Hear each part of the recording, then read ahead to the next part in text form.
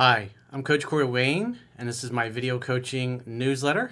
And the topic of today's newsletter is going to be how to have a drama-free relationship. I've got an email success story that is actually 9 years in the making. This particular guy found me when he was broke, and after what he thought was the love of his life had left him and never came back. So he and his wife are about to have their first child together, and so he shares some examples of what he's done to make sure his relationship is drama free. He's since moved from the country that he was living in at the time when he found my work. His career's doing well, everything's going great in this particular guy's life. So it's a good success story of what happens when you come out on the other side. And he, like a lot of guys, when they first find me, it's usually when a breakup is happening or has happened or is about to happen. And so we got 9 years of history here of him applying what's in 3% Man successfully. And he includes some examples in his own relationship of because as I talk about in 3% Man, women tend to take little things and they blow them up and do these big ordeals. And it's your job as a man to kind of shrink it down and just handle things. But there's an art to doing that. And the key is to not get butthurt, not to get under your skin and understand what's going on, and to be able to open up your woman to get her to talk about what she's thinking and feeling so you can resolve things in an effortless, easy, and drama-free manner. So he says, "Dear Coach, I began reading your book, How to Be a 3% Man, 9 years ago when things went really bad, when the so-called love of my life walked away and never came back. I was in a bad spot, but the one thing I told myself was, you're going to be okay, figure out what you can do about this, and sit with your pain, and it will pass. I was drawn to your YouTube videos, and I was so broke at the time, I didn't have a credit card, so I read your PDF book version from your site for the first 5 times until I could get my own copy." Well, you'll probably see the free ebooks on my website, and that means you can read a digital version of 3% Man, the book he's referencing, on my website. Plus, you can read Mastering Yourself, a book about self-reliance and how to discover your purpose and reach your full potential. Plus, you can read my first quotes book, Quotes, Ruminations, and Contemplations, on there also, which ties all the concepts from both books. Because I know there's people in the world that might not have a credit card or don't have access to it or just simply can't afford to buy the book. And I'd rather them get the help because some point in the future, they'll be in a better place and they'll either refer their friends and family to me or they'll throw a donation my way or be able to get a physical copy or an Audible or audiobook copy when they can afford it. I'd rather the people get the help and turn their lives around, and then later on they can pay it forward. He says, "It wasn't easy for me because I wasn't that patient at the time." Yeah, there's no shortcuts to success. And I see guys sometimes give me grief about, "Oh, he's going to read your book 10 to 15 times. But if you really want to learn it, if you really want to undo the negative programming that society has programmed us all to believe, especially when it comes to male-female relationships, masculine and feminine relationships, you got to undo that programming so you can display your most attractive self to attract the person in your life that you want to attract and keep them there, which is the important thing. You want to attract and keep people, especially the good ones." He says, "What happened was I wound up moving from Hong Kong back to Canada where I grew up, starting over again and becoming a stuntman and an actor. It was also a not so easy transition. However, nothing anyone does for the first time is easy, nor do you grow if you don't humble yourself to the process." Of course, the story ends well, and I kept reading your book over and over, dating instead of getting upset over girls, ghosting me, etc., or saying no or whatever. I began to look at these women as if they were gifts. They are. Everybody that you meet in life has a gift for you, and you have a gift for them. What I mean by that is that they gave me the gift of time to look for the girl I wanted. The kind of girl that made it easy for me, the kind of girl that wanted to be aware of her own emotions, in touch with what she wanted from a man, and be the kind-hearted, loving woman I had always dreamed of. In my youth, I used to think a great relationship was one that had passion, meaning great sex all the time. What I realized was that back then, I used to fool myself into calling my mindset abundance when I was getting myself further away from my goal, which was simple: being a loving husband and father. It took me a while to remove the barriers I had built up for myself until I got where I'm at now. Still being an actor and a stuntman, but now I'm married and my wife and I are expecting our first child. Well, congratulations. I'm calm and quietly excited to meet my son, and I felt like saying thank you, Corey, for having the book available for me to read. So far, I've read it 25 times on my own because that book with your videos are easy if you put your head down, read, mess up, and then keep on going. I put mess up in quotes because while it could be failure, it's an opportunity to learn regardless of a mistake I made. And at the end of the day, I found a beautiful woman who is insanely hot, but she's more beautiful inside than she is to look at. So the other thing I keep in mind about making mistakes and failure is that you're going to learn more from failure than you are success. Success is not a good teacher. Success actually kind of makes us soft and lazy. As the saying goes, good times create weak men. Weak men create bad times. Bad times create strong men. Strong men create good times. He says, so from where I stand, I scored big. He says, high five, brother. I am deeply grateful that you sparked a powerful fire inside me to grow, because I realized after reading your book 10 times, well, remember, when the student is ready, the teacher will appear. That was not a destination, but a path of consistent growth. So I read all the time, now from John Maxwell, Simon Sinek, etc.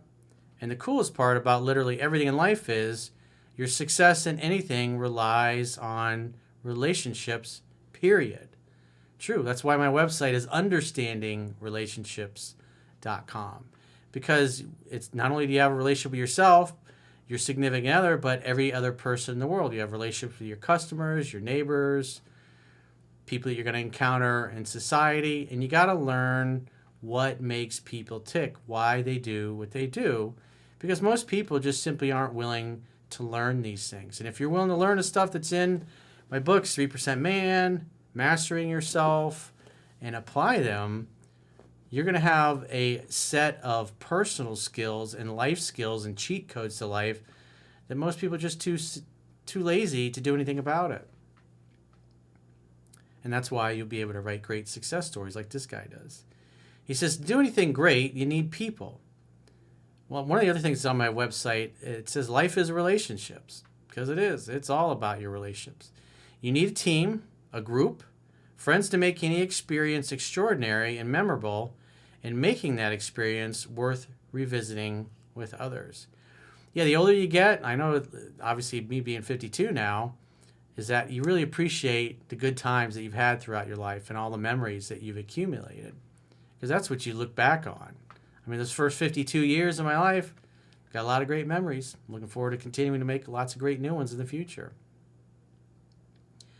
I used your rule of no drama in December at the beginning of my wife's pregnancy when she got upset with me, told me she was going to leave because she was upset with me. Remember, this is the part where women go, it's the end of the world. This is never going to work out. Because obviously her hormones, she's pregnant. And when women first get pregnant, it's like the emotions are all over the place. It's a little bit of Jekyll and Hyde going on, because I can speak from personal experience.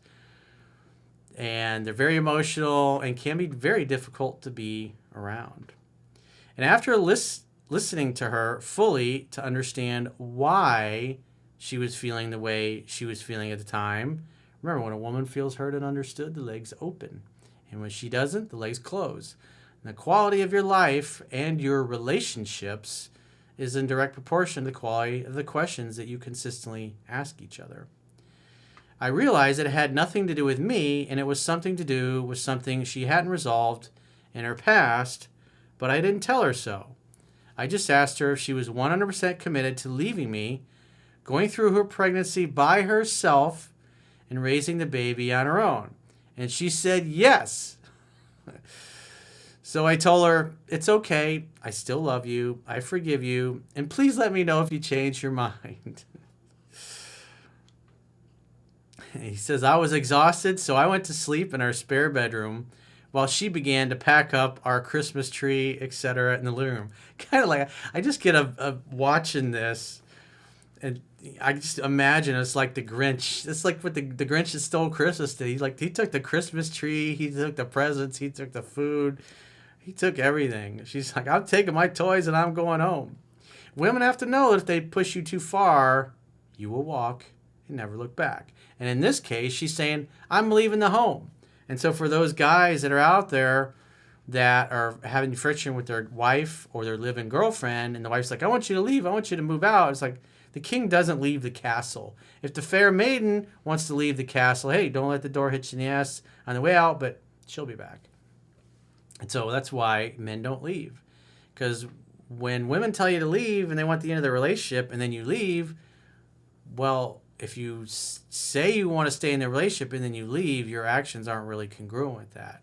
So if she wants to blow the relationship up, she's the one that has to leave. And especially when there's kids involved, then she gets to explain to the kids why mom is moving out. And oftentimes when you give them, the women, the freedom to do that, and then you start displaying the behaviors that are in 3% man, they typically stick around or they come back. The man should never leave his castle, ever. Never, ever, ever, ever. He says, sure enough, she came into the spare bedroom at 7 a.m. crying, telling me she didn't want to leave. This is how you keep a drama-free zone. Because remember, he doesn't want to participate in the drama. He's like, I'm not going to participate in the end of our relationship. If you want to pack up the Christmas tree and the decorations, it's like, babe, I'm going to bed. I still love you. I'll see you in the morning. Maybe you'll make me some breakfast. Sure enough, she came into the spare bedroom at 7 a.m. crying, telling me she didn't want to leave, that she wanted our child to grow up in our home together as he watches us resolve our issues together, and he gets to watch us always stick with the long-term plan no matter how bad it gets. So in his mind, he's unperturbed. Maybe he's a little annoyed, but he's just like, whatever. I'm going to bed. I need some rest. I love you. Enjoy packing up all the stuff. She giggled when we saw the piles of boxes she made after packing up the living room. And I laughed with her, and she asked me, why didn't you stop me? Want me to help you pack? I told her that I had fed into her drama, or I told her that had I fed into her drama, she may have actually left, and I don't want any drama. So I held the line and told myself, if this is worth fighting for, she will fight for this, instead of dropping into negative patterns and leaving to get the opposite of what she wants out of life. But I had to let her figure that out for herself, because at the end of the day, leaders know how to lead themselves. Yeah, it's like you tell her, I'm not interested in breaking up. I'm not interested in you leaving. But if you insist on packing up the Christmas tree and the decorations and the presents and leaving in the middle of the night, it's like the Grinch is like, okay, it's kind of funny. I might actually turn a camera on because we make a good TikTok video out of it. He says, you put out a video about a woman. You put out a video about a woman who emailed you a nasty email. This is what came about a week and a half, 2 weeks ago. And she's basically, in this particular, there was the title of the video was, she's too controlling, masculine, argumentative, and difficult. And so this one, she's just berating the guy, the boyfriend she's with, who's a big fan of my work. And obviously, she's, in the email, she's basically telling me I'm full of shit and I don't know what I'm talking about. And I had a good time with that video and that email. The video did real well, actually. About her boyfriend doesn't know anything and how you don't know what to do, etc. LOL. My wife and I watched the video together, and you mentioned at one point how no one wants this kind of person in their lives who's such a pain in the ass, because my relationship with my wife feels like a partnership, a team effort. And we talked about it every day as a habit to keep depositing our own long-term vision with each other on purpose to continuously solidify our vision together as a couple. Well, whatever you focus on is going to expand. And if you're constantly, as a couple, focusing on your grand vision that you each have for your relationship and your family, then your brains are forced to align with, how do we make this better? How do we make this vision a reality? So that's great that you guys are both aligned in that. And it's cool that you both watch my videos. A lot of couples, a lot of successful couples read the book together and they watch videos together. He says, I love the video because it applies to everything in life. Who wants to be a player on a team in any category in life? Who wants a me player over a team player in any category in life? I share your book with tons of people I know, and the other day a friend of mine messaged me screenshots of negative reviews on Amazon about your book. So the overwhelming majority of the reviews on Amazon are all positive. There are some negative ones, and you can see them.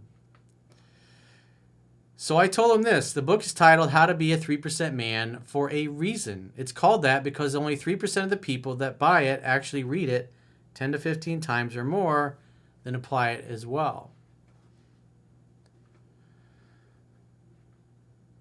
And reflect on their experiences around what they learned, and only 3% of the people that do that keep applying it to their lives. I'd expect that 97% of the people to not have success from it, simply because most people aren't willing to admit to themselves that they suck at tons of things that matter more in life than what you do for a living and your so-called status that you never really own. You can look for the negative reviews. Yeah, I mean, if you think about it, the overwhelming, like 99.9% of the reviews are positive, and only a fraction of them are negative. And if this guy's focusing on the negative, what does that tell you about his personal mindset? Is he a glass half full or half empty kind of person? Is he an optimist or a pessimist? And if first thing you do is look for a reason why something's not going to work, well, that should tell you what your mindset is. It's going to be pretty hard to accomplish the things you want in life if you automatically assume it's not going to work out for you. Your actions and your words, your vibe, the tone of your voice will all be congruent with not believing things will work out for you if that's your worldview. Even if you're not totally positive, you could say, wouldn't it be nice if things worked out for me? Wouldn't it be nice if 1 out of 100 girls said yes? Wouldn't it be nice if maybe it was 1 out of 1,000 said yes? Because all you need is one good one. He says you can look for negative reviews, or you can look for the reviews that actually promote the success that's available if you read the book.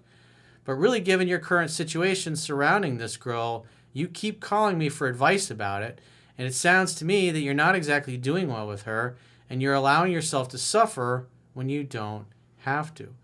Well, other people, they fulfill because one of our 6 human needs is love and connection. And many people in this world, unfortunately, we all know them, we all have them in our lives, is they have a very dysfunctional way about going to fulfill their need for love and connection. In this case, complaining about his crappy relationship, but being unwilling to do anything about it. He says, so go ahead and keep doing what you're doing, and when you get tired of ending up in the same place, you may get off the nail you're sitting on and ask me again, and I'll keep telling you to read the book, so you don't need to ask anything, because you'll have the answer to your woes in front of you. He got it and started reading it, LOL. Well, you were a good friend for putting up with the fact that he was a negative Nancy, and you just kept giving him the truth. When the student's ready, the teacher will appear. He finally became open to it. He quit resisting, and now potentially, if he does the work, he can change his life. Plus, he's got you as an example. He says, my favorite part about this is I get to be myself with my wife, because she loves my stupid jokes, and even when I come home from the gym, she still comes after me when I think I'm not in the greatest shape, because I took the time to define my life and what kind of woman I truly wanted to spend my time with. Because at the end of the day, time is our only non-renewable asset. And the sands, they are running out of that hourglass for all of us. Why the heck would I want to spend it with some girl that is a pain in the ass in any category? Yeah, just like the one in the video. She's too controlling, masculine, argumentative, and difficult. I encourage all of you, because you get the opposite of it. You get this guy's wife who's a true teammate and tries to work things out, even though she gets emotional and freaks out like she did when she got pregnant. But we love her, we forgive her because she's pregnant and her emotions are all over the place. And you don't get butthurt or perturbed about that. And then when she's up in the middle of the night packing up the Christmas tree and the gifts and everything else and being like the Grinch, then you can laugh about it in the morning and how silly it was and how silly she was. And someday when your kids are old enough, you can tell your child what happened when she was pregnant, because it's kind of a funny story. It's kind of cute, actually. But at the end of the day, he's like, I'm going to bed. I love you. I forgive you, but I'm going to bed. That's what an unperturbed man would do. He's amused. He's amused. And as Rumi said, sell your cleverness and purchase bewilderment. And so he was kind of bewildered, but in an amusing way. He didn't get mad or angry or scream and shout and tell her to get the fuck out and throw all her shit in the yard. He just laughed. He's like, I'm going to bed. I love you. See you in the morning. That's how you have a drama-free zone. And you should move on over to spring.com and get yourself some Coach Corey Wayne official drama-free zone mugs. Maybe get a 6-pack of them so you can remind yourself and your girl in the mornings when you're drinking your tea or your coffee or whatever that you want to have a drama-free relationship. So thanks for the good success story that you shared, 9 years in the making. The guy put the work in. And that's what it takes. You got to participate in your own rescue. I can't save you. I can't fix your life. I can show you the way. I can give you the guidelines. I can give you the principles. And if you're broke like this guy was in the beginning, you can read them for free. Just subscribe to the email newsletter. All you got to do is put your name, your first name, and your email. And as soon as you hit subscribe, guess what? You'll instantly be reading the books. And if you'd like to get my help, you want to do a coaching session with me, go to understandingrelationships.com, click the products tab at the top of your screen on any page, and book a coaching session. Until next time, I will talk to you soon.